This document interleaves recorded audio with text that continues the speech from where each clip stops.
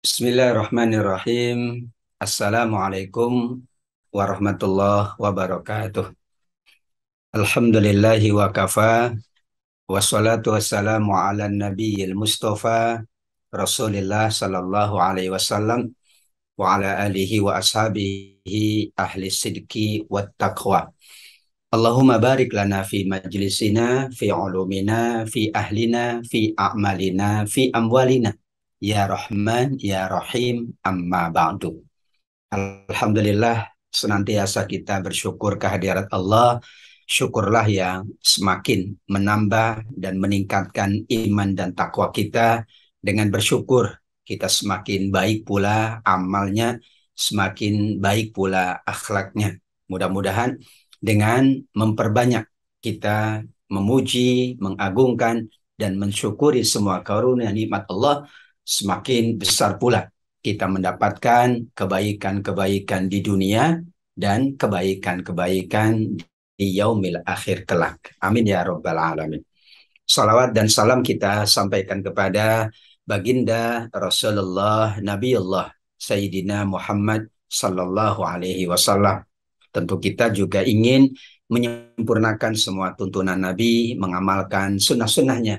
Insya Allah itulah media kita agar kita semua termasuk umat Nabi yang mendapatkan syafaat. Amin ya rabbal alamin. Pada kesempatan yang baik ini, sahabat Asa rahimakumullah, kita akan membahas amal-amal khusus yang kita kaitkan dengan bulan mulia yang bernama bulan Muharram. Kita sedang berada di bulan Muharram dan kita berada di tahun 1444 Hijriah. Mudah-mudahan ada amal-amal umum yang tetap kita jalankan di bulan Muharram ditambah dengan amal-amal khusus dalam rangka memuliakan bulan yang dimuliakan oleh Allah, dimuliakan oleh Rasulullah Sallallahu Alaihi Wasallam. Ayat yang kita bahas pertama kali tentang amal yang umum dan amal yang khusus adalah surat At-Taubah ayat 105. Wa qul i'malu fasayarallahu amalakum wa rasuluhu wal mu'minun. Dan beramallah kalian. Perintah di ayat ini bersifat umum. Amalnya umum, jenisnya umum, waktunya umum, keadaannya umum. Siapapun layak menjalankan amal sesuai dengan perintah Allah di ayat ini. Dalam semua waktu, dalam semua tempat, dalam semua keadaan. Ada mafhum wafaqah, mafhum yang bersesuaian dengan ayat. Bahwa ada amal yang umum, yang nilainya juga umum. Namun, mafhum mukhalafahnya, mafhum yang bersifat kebalikannya, berarti ada amal yang khusus, yang nilainya pula khusus. Semua kita menjalankan amal yang umum. Dan itu akan dicatat oleh Allah dan dibalas oleh Allah. Namun ada kekhususan tempat, ada kekhususan waktu, ada kekhususan keadaan yang menjadikan amal yang umum kita lakukan menjadi amal yang khusus. Sehingga bulan Muharram ini adalah bulan yang khusus. Meskipun yang kita jalankan amal-amal yang umum, namun dengan kekhususan waktu yang mulia, menjadilah amal kita bernilai khusus di sisi Allah Subhanahu wa Ta'ala. Demikian juga dengan kekhususan tempat. Kita sholat, sama saja dimanapun kita sholat. Tapi tempatnya di Masjidil Haram, tempatnya di Masjid Nabawi, maka nilainya menjadi nilai yang khusus. Keadaan seseorang pun akan menjadikan amal yang umum menjadi amal yang khusus. Seorang yang sehat beramal yang sama dengan orang yang sakit. Maka orang yang sakit punya nilai khusus dari amal yang sama dilakukan oleh orang yang sehat. Karena keadaan dia tetap beramal meskipun dia dalam keadaan sakit. Tentang bulan Muharram ini Allah juga ingatkan bahwa Allah menyebutnya sebagai 4 bulan haram. Berarti ada pengkhususan dari 12 bulan, 4 bulan dikhususkan oleh Allah sebagai bulan haram. Artinya bulan yang dimuliakan, bulan yang dihormati, bulan yang disucikan. Inna iddata syuhur indallahi 12 syahran fi kitabillah. 12 bulan ini bulannya Allah. Kemudian Allah mengkhususkan 4 bulan menjadi bulan haram. Dijelaskan oleh Nabi nama-nama bulannya. Ada 3 yang berurutan kata Nabi, Dzulqa'dah, Dzulhijjah, kemudian Muharram, serta nanti ada bulan Rajab. Ada 4 bulan yang disebut dengan bulan haram. Pandangan sahabat Ibnu Abbas radhiyallahu anhuma, amal ibadah di 4 bulan haram dilipat gandakan pahalanya oleh Allah. Namun juga dosa dan kemaksiatan dilipat gandakan hukumannya pula oleh Allah dalam rangka mengkhususkan bulan-bulan haram. Dan kita berada di bulan Muharram. Bulan Muharram adalah salah satu dari 4 bulan haram. Bulan Muharram adalah awal dari tahun kalender Hijriah. Maka mudah-mudahan umumnya amal yang kita jalankan, bentuknya apapun, keadaannya bagaimanapun, namun kita kaitkan dengan bulan Muharram, jadilah nilai dari ibadah kita, amal kita, kebaikan kita menjadi nilai yang khusus karena berada di bulan yang khusus, insya Allah. Kita akan lanjutkan setelah yang satu ini, tetap di Asa TV Indonesia.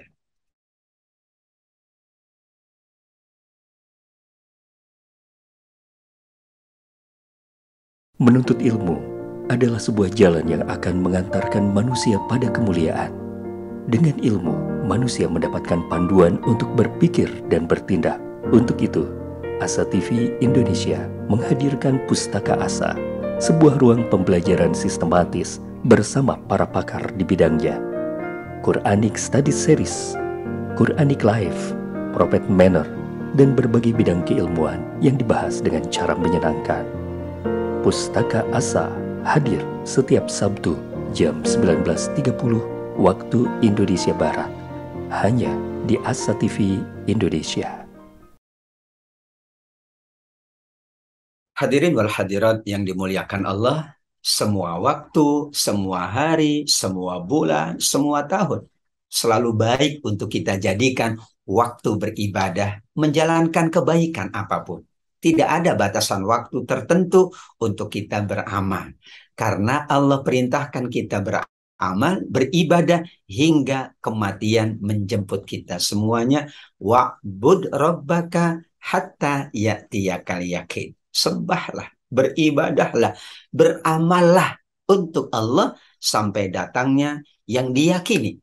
Apa yang diyakini? Kematian adalah sesuatu yang paling diyakini. Imam Hasan Al-Basri misalnya mengatakan bahwa Allah tidak menjadikan ajal dari amal seseorang kecuali kematian.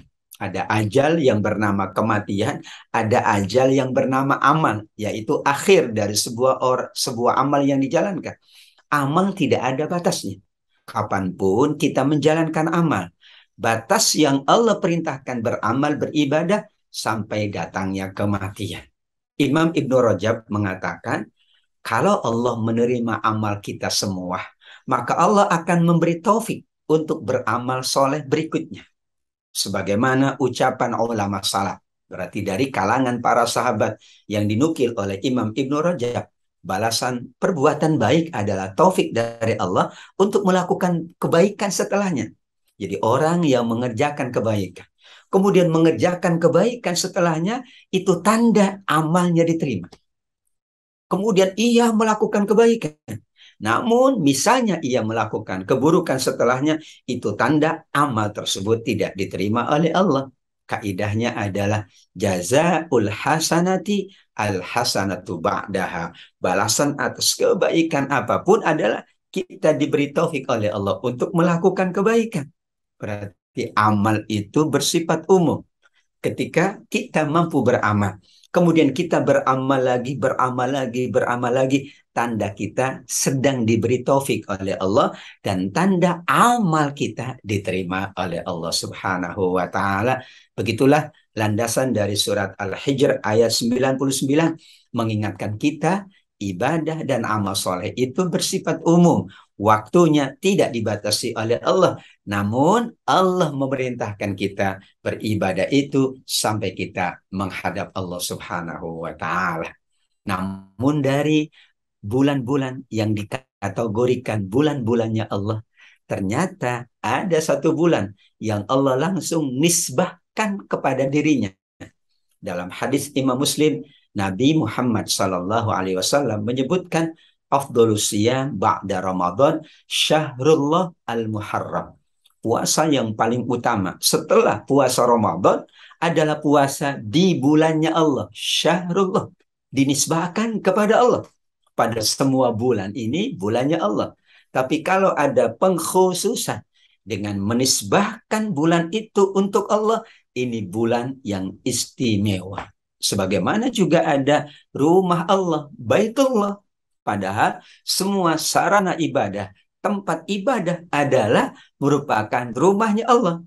Fi baitin min buyutillah. Namun ada rumah Allah yang dikhususkan Baitullah Al-Haram, yaitu Ka'bah Al-Musyarrafah, dinisbahkan kepada Allah. Ada manusia-manusia yang dinisbahkan, disandarkan kepada Allah. Wa ibadur rahman alladzina yamshuna 'alal ardi hauna. Ada hamba-hamba Allah Ar-Rahman yang berjalan dengan tawadhu di muka bumi. Padahal semua kita adalah hamba Allah, ibadullah, ibadur rahman. Semua manusia ibadur rahman. Tapi ada hamba-hamba Allah yang dinisbahkan, disandarkan kepada Allah karena sifat-sifatnya yang sangat mulia, tawadhu dalam berjalan, malam-malam bangun malam beribadah, amal solehnya luar biasa. Jadilah dia secara khusus menjadi wa ibadur rahman di surat Al-Furqan. Kembali kepada hadis tadi, ada syahrullah, bulannya Allah. Dalam hadis Imam Muslim, kemudian disyarah oleh Imam Nawawi, beliau katakan, hadis ini menunjukkan Muharram itu bulan yang paling mulia untuk melaksanakan puasa sunnah. Karena disebutkan sebaik-baik puasa setelah Ramadan adalah puasa di bulan Allah, namanya Muharram. Berarti kita boleh mengkhususkan Muharram dengan puasa. Ada puasa tanggal 9, 10, 11. Ada tetap puasa yang umum kita jalankan 13, 14, 15 setiap pertengahan bulan Hijriah. Ada juga Senin dan Kamis. Namun karena di bulan Muharram, maka ada kekhususan. Imam Suyuti mengatakan tentang bulan Muharram ini memang berbeda dengan bulan-bulan yang lain. Ternyata nama-nama bulan sudah ada di masa jahiliyah. Semua nama bulan, Safar, Rabiul Awal, kemudian nanti Jumadal Awal, Jumadal Akhir, Sya'ban, Ramadan, Syawal, Zulqa'dah, Zulhijjah. Yang belum ada bulan Muharram. Orang jahiliyah menamakan Muharram dengan Safar awal, Safar yang pertama, Safar pertama, Safar akhir atau Safar kedua. Berarti awalnya Safarul Awal, kedua Safarul Tsani, Rabiul Awal, Rabiul Tsani, dan berikutnya. Kemudian diganti dengan Al-Muharram, nama bulan yang disandarkan kepada Allah, Syahrullah, bulannya Allah. Di antara kekhususannya, sebaik-baik puasa setelah puasa yang fardu, yaitu di bulan Ramadan, adalah puasa di bulannya Allah, bulan Muharram. Secara historis pula, ternyata tanggal 10 Muharram yang dikenal dengan Asyura itu pertama kali diwajibkan. Baru kemudian dihapus dengan kewajiban puasa Ramadan. Jadilah puasa Asyura 10 Muharram adalah puasa yang sunnah nilainya di sisi Allah Subhanahu wa Ta'ala. Kekhususan dari bulan Muharram juga disebutkan oleh baginda Nabi Muhammad Sallallahu Alaihi Wasallam. Dari satu bulan yang bernama Muharram, ada hari yang khusus. 10 Muharram namanya Asyura. Padahal Asyura berasal dari kata asyara. Asyara itu tanggal 10. Setiap bulan-bulan Hijriah ada tanggal 10. Syawal pun ada tanggal 10. Ramadan ada tanggal 10. Zulqa'dah ada tanggal 10. Tapi tidak disebut Asyura. Padahal semua kata Asyura, asyara artinya tanggal yang ke-10.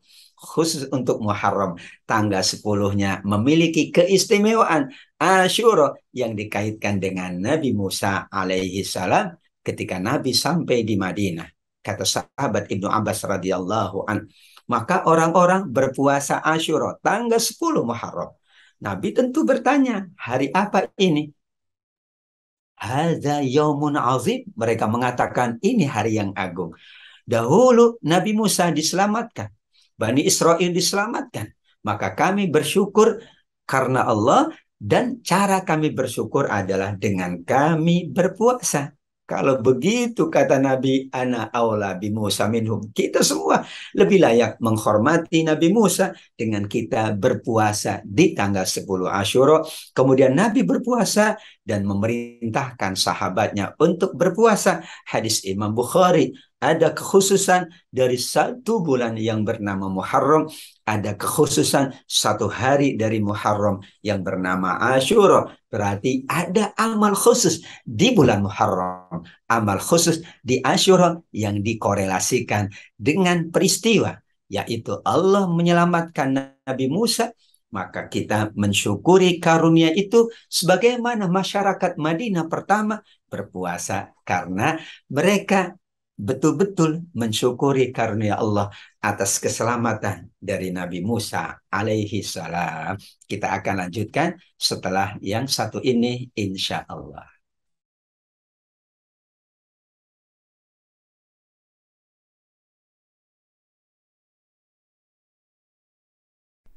Saat hari Senin tiba, banyak orang yang merasakan malas dan tidak bersemangat menjalaninya. Tapi sekarang tidak boleh lagi terjadi. Tonton saja I Love Monday di Asa TV Indonesia. I Love Monday menghadirkan pembahasan mencerahkan dan aplikatif yang dikemas dalam I Love Myself, I Love My Job, I Love My Prophet, dan satu segmen spesial Solve with Love. I Love Monday setiap hari Senin di Asa TV Indonesia. Inspirasi keluarga Islami.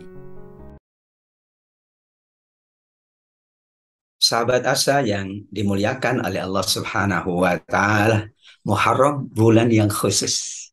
Maka ada amal-amal khusus, ada juga sejarah-sejarah dan peristiwa yang dikhususkan dengan bulan Muharram ini.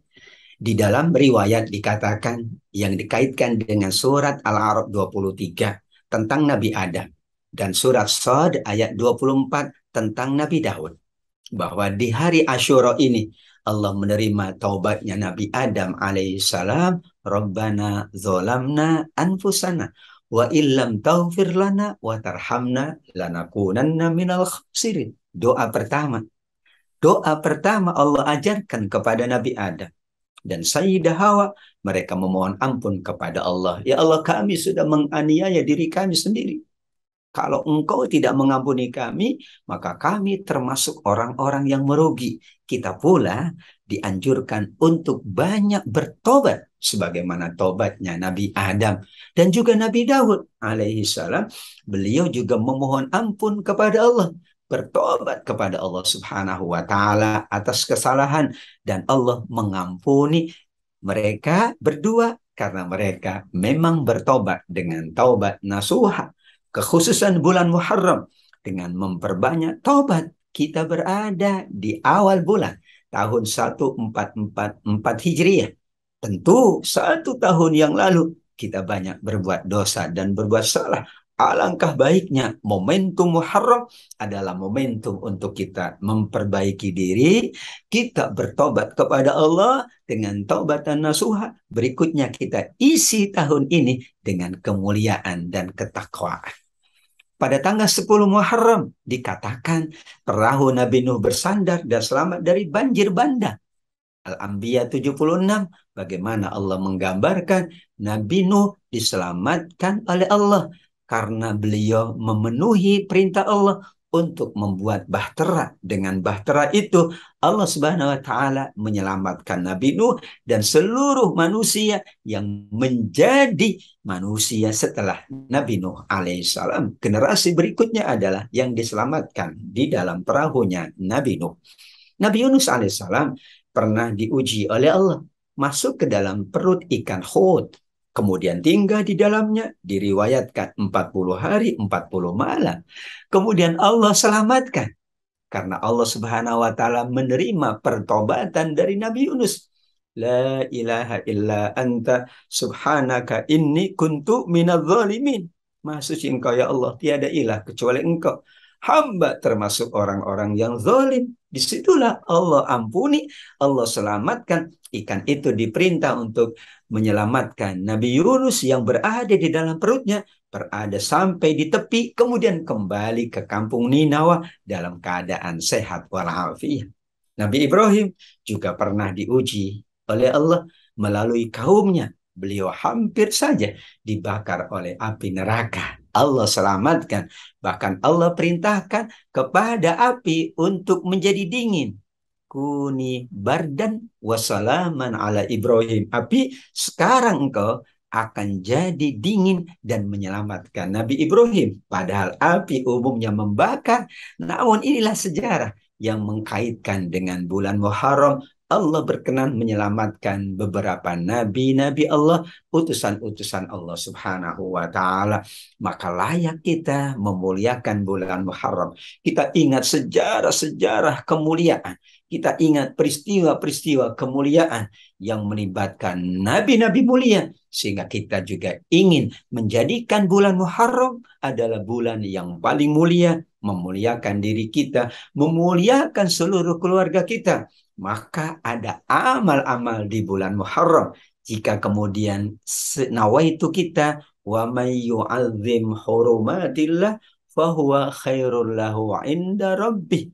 Siapa yang mengagungkan apa-apa yang muharram di sisi Allah, apa-apa yang terhormat, apa-apa yang mulia di sisi Allah, maka ia khairun lahu 'inda rabbih, adalah orang yang terbaik menurut Allah Subhanahu wa taala. Surat Al-Hajj ayat 30. Kita akan lanjutkan pembahasan tentang amal khusus di bulan Muharram ini insya Allah.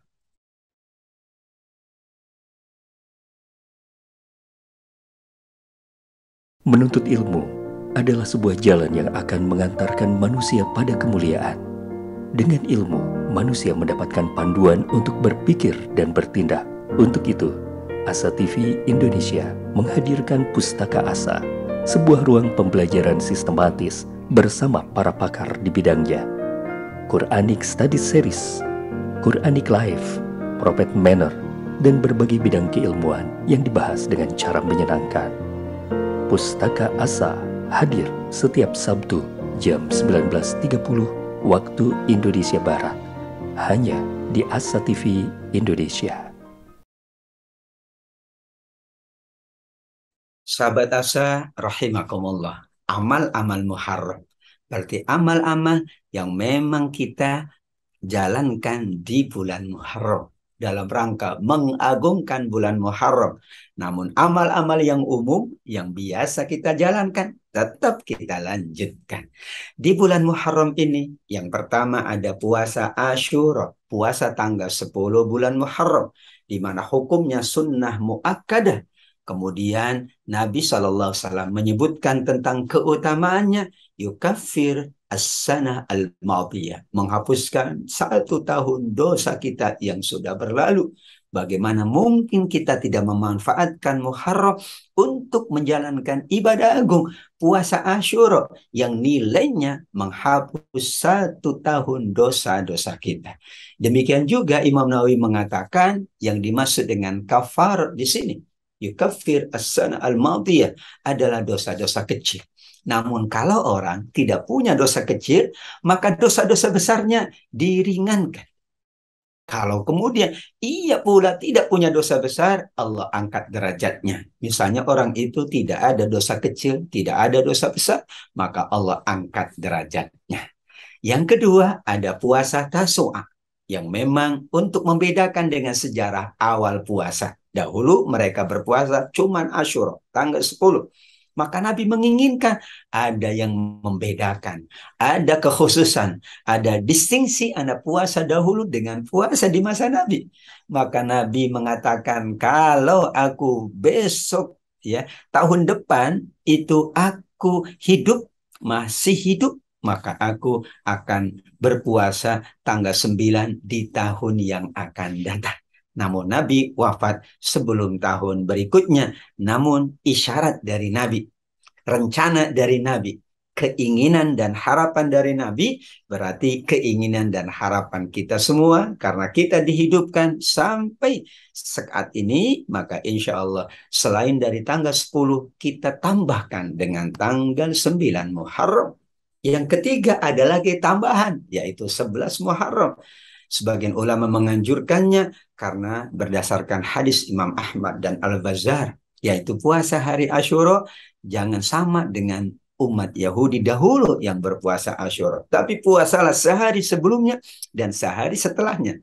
Sehari sebelumnya berarti tanggal 9, sehari setelahnya berarti tanggal 11. Demikian juga Imam Al-Baihaqi dalam Sunan Al-Kubra mengingatkan tentang sumu qablahu yauma wa ba'dahu yauma. Puasalah sehari sebelumnya dan sehari setelahnya. Ada pandangan dari Imam Ahmad rahimahullah, jika awal bulan Muharram tidak jelas, maksudnya belum dapat dipastikan hilalnya, maka sebaiknya puasa 3 hari, 9, 10, dan 11, karena mungkin ada kesalahan dalam menghitung. Ibnu Surin menjelaskan, beliau mempraktekkan hal itu agar lebih yakin untuk mendapatkan puasa tanggal 9 dan 10, maka lengkaplah kita mengkhususkan bulan Muharram 9, 10, dan 11. Namun semua waktu baik untuk berpuasa asalkan jangan berturut-turut, karena bertentangan dengan hadis Nabi yang mengharamkan puasa dahar, puasa setiap hari yang mungkin dijalankan, sehari puasa sehari tidak, dan berikutnya sebagaimana puasa Nabi Daud alaihi salam. Yang keempat, kita dianjurkan memperluas belanja pada hari Asyura, nafkah untuk keluarga kita. Ini riwayat dari Abu Sa'id Al-Khudri, sahabat Nabi. Siapa yang meluaskan belanja kepada keluarganya hari Asyura, Allah akan meluaskan belanjanya selama setahun penuh. Artinya kita punya keluarga, kesempatannya, momentumnya adalah momentum Asyura. Tentu tidak menafikan untuk meluaskan nafkah dan belanja di hari-hari yang lain, di waktu-waktu yang lain, karena dalam rangka kita memuliakan, membahagiakan keluarga. Namun ada riwayat dari Abu Sa'id, dan ini adalah riwayat untuk menguatkan bahwa ada amal yang khusus di bulan Muharram di hari Asyura. Ibadah harta, sedekah, infak, kemudian juga wakaf, menyantuni yatim, menjamu tamu dengan jamuan istimewa, merupakan ibadah yang sangat mulia dijalankan di bulan Muharram. Karena Rasul sangat menyayangi anak-anak yatim. Beliau lebih menyayangi mereka pada tanggal 10 Muharram, menjamu para sahabatnya, bersedekah memperbanyak di 10 Muharram, sebagaimana Imam Al-Munawi dalam kitab Faidul Qadir menyebutkan riwayat tersebut. Bahkan spesial bagi sahabat Umar, beliau mengundang para tamu dengan jamuan khusus pada malam 10 Muharram.